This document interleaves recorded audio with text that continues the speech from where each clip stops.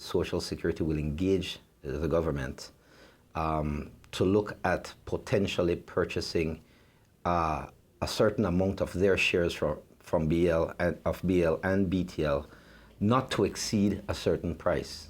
Of course, you would imagine that some financial analysis has been done, and that analysis will determine at the end of the day what is the best possible investment point. Did I understand that the Prime Minister wrote a letter to the S.S.B asking for a consideration, asking for if the S.S.B would be interested in these shares?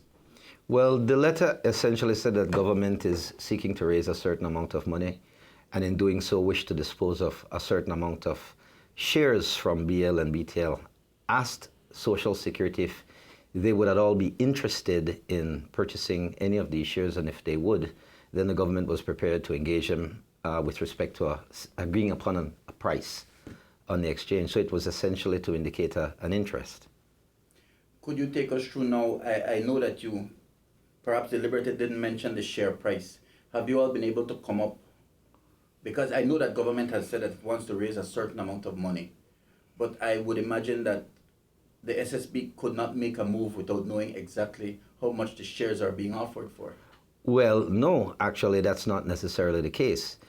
The information on B.T.L and B.E.L are public, in addition to which we are current shareholders and we have board representatives.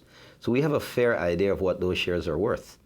And based on the returns that they've had over the last few years, as in the case of B.T.L, since the investment, I think the Social Security invested in B.T.L since 2010 or 2011, might be 2012, can't remember exactly when it was. The returns have consistently been between 8 and 10% of the dollar amount invested, about half of which has been cash return. The rest has been appreciation in value because of the amount that we invested in it. We're able to book that.